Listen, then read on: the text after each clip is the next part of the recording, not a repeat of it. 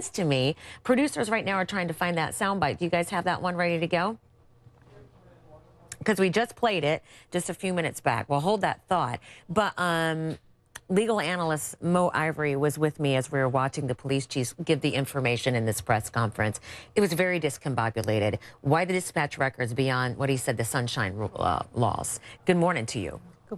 Good morning. Yeah, so what was he trying to point out here by saying the dispatch records about what that officer encountered? Yeah. He said 11:48, he got a call about someone being sick. 11:51, there was a 911 call. 11:52, there was a dispatch regarding a robbery suspect. It was so unclear to me.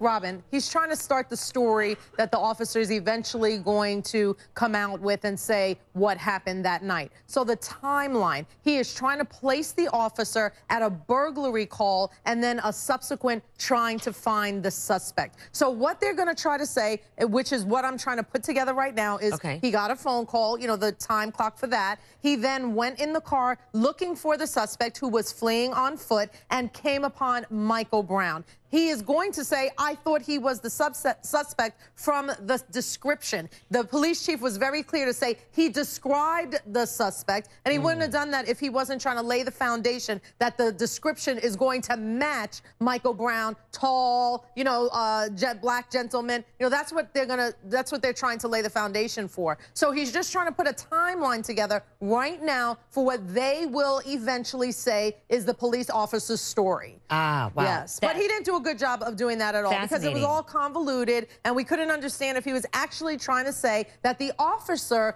thought that Michael was the suspect from the strong arm robbery. Yeah. You know, I'm not sure with no weapon, unarmed, loose shorts and a t-shirt, how that could have been a strong arm robbery and been Michael Brown.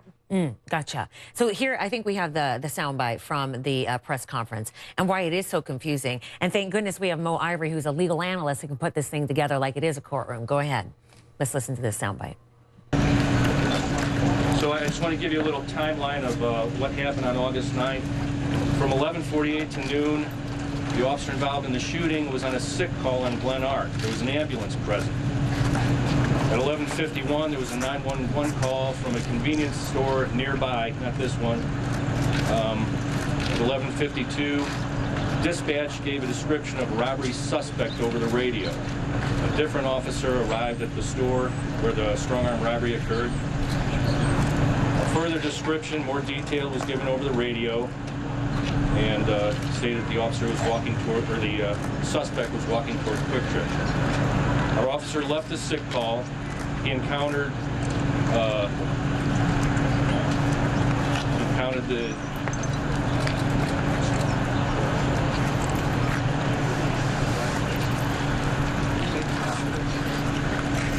at 12:01 p.m. Our officer encountered Michael Brown on Canfield Drive. At 12:04, a second officer arrived on the scene immediately following the shooting. And at 12:05, a supervisor was dispatched to the scene. Subsequent officers arrived. There has been some questions about the calling of an ambulance. The ambulance that was at the sick case on Glen Arc was coming by immediately following the shooting, and they did respond to assess Michael Brown. Okay, so we did get in all of that information, though, the name of the officer who shot and killed 18-year-old Michael Brown, and the officer's name is Darren Wilson. He did not give a name, just said he was on the force for 6 years. Boy, the power of social media. Darren Wilson is the #1 trending topic on Twitter worldwide at this point. Mo Ivory, legal analyst, what happens now? Okay, so this name is out there. What now?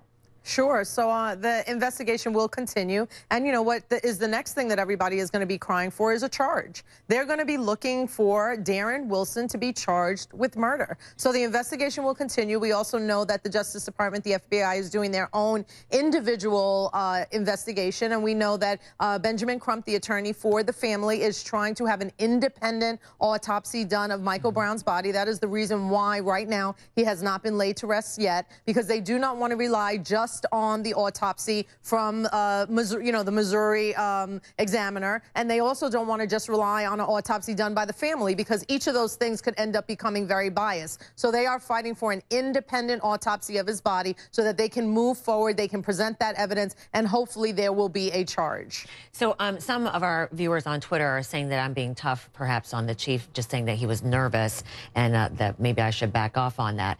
And I understand that point as well. We were trying to determine what was the information they're trying to draw a line between here. Why release that information just now? Now, there was a picture in the packet, we're just now learning, from our reporters who were on the scene. So there was a picture and a packet of information, thus he's talking about these dispatch records, and he sent, okay, so he gave a picture in the packet of the information, and what was the picture of?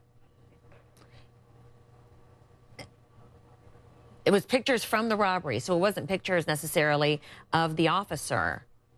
It was a picture of the suspect in the robbery. And any word from our reporters on the scene then, if they were able to draw a straight line in terms of what the point was of doing that?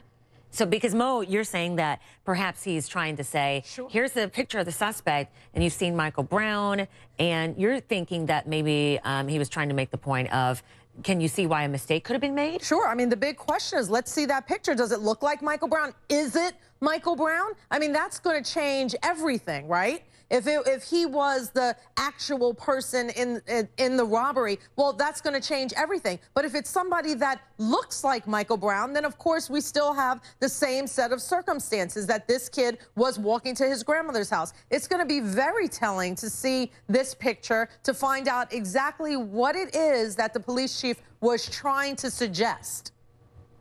All right, Mo, thank you very much.